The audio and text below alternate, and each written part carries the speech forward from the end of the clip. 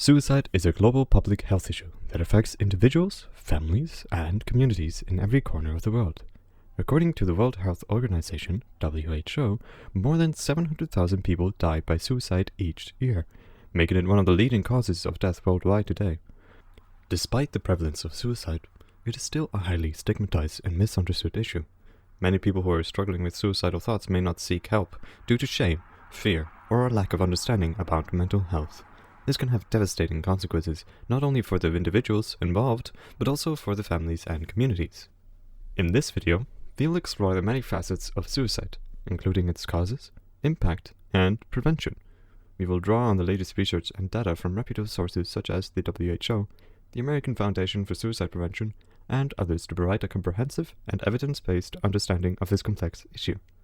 Additionally, we hope to contribute to the breaking down of the stigma surrounding suicide and encourage an open and honest conversation about mental health.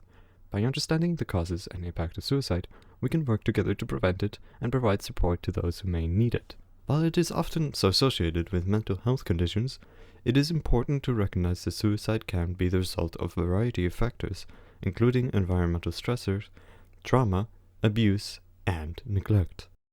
Suicide rates tend to be the highest among young adults aged 15 to 29, as well as among older adults over 70 years old. These groups also tend to pick different suicide methods, depending on their age, gender, or other factors. With regards to the elderly, a study done in England and Wales showed that hanging, drowning, drugs, and biological substances were the most common methods of suicide in older people. However, these methods varied in popularity between genders, hanging being the most common suicide method among males, and drugs being the most common for females. The case seems to be similar for younger individuals. Studies have shown hanging and using firearms being the most prevalent suicide methods among males, and drugs being most prevalent among females. Adolescents of both genders have been known to choose jumping from heights as a notable suicide method. Men are also more likely to die by suicide than women, as they often use more lethal ways of committing, with the highest rates seen in middle-aged and older men. This is supported by research done in South Korea, where suicide-type lethality rates were compared. The most frequent used methods of suicide were different in the two groups of attempters and completers.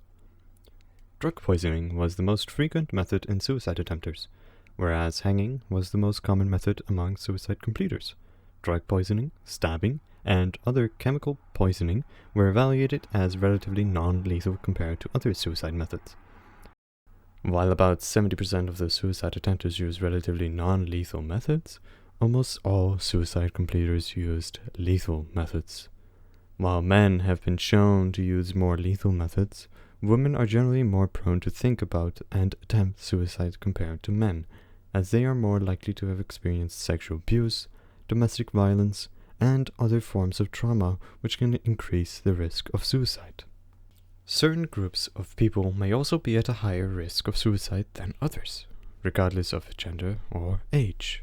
For example, LGBTQ+ individuals are at an increased risk of suicide due to the discrimination, violence, and social isolation they may experience. Individuals in these groups may face unique challenges and barriers to accessing mental health care and support. It is important to note that mental illness is undoubtedly a significant risk factor for suicide, with depression being the most common mental health condition associated with suicide.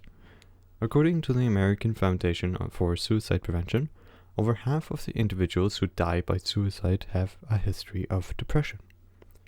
Other mental health conditions such as anxiety or disorders, bipolar disorder, and schizophrenia also increase the risk of suicide.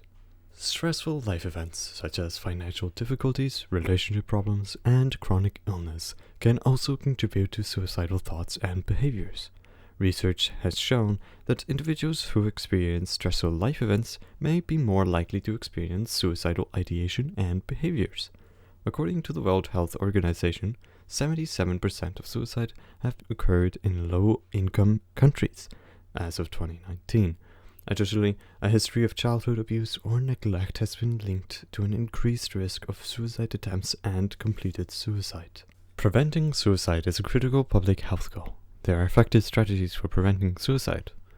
Research shows that improving access to mental health care, reducing access to lethal means, and promoting social connectedness and supportive relationship reduces suicide rates by as much as 30 to 50%.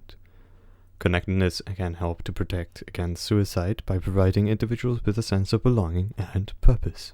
Psychotherapy and medication have both been shown to be effective in reducing suicidal ideation and behaviors. Breaking down the stigma surrounding suicide is an essential component of suicide prevention. By openly discussing mental health and suicide, we can reduce shame and fear and encourage individuals to seek help when needed. In conclusion, suicide is a complex and serious issue that affects individuals and communities worldwide. It is often the result of a combination of factors, including mental illness, trauma, social isolation, and access to lethal means.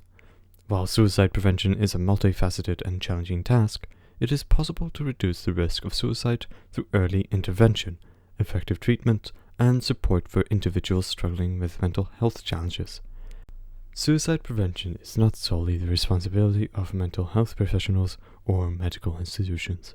It is rather a collective effort that involves individuals, families, communities, and policymakers.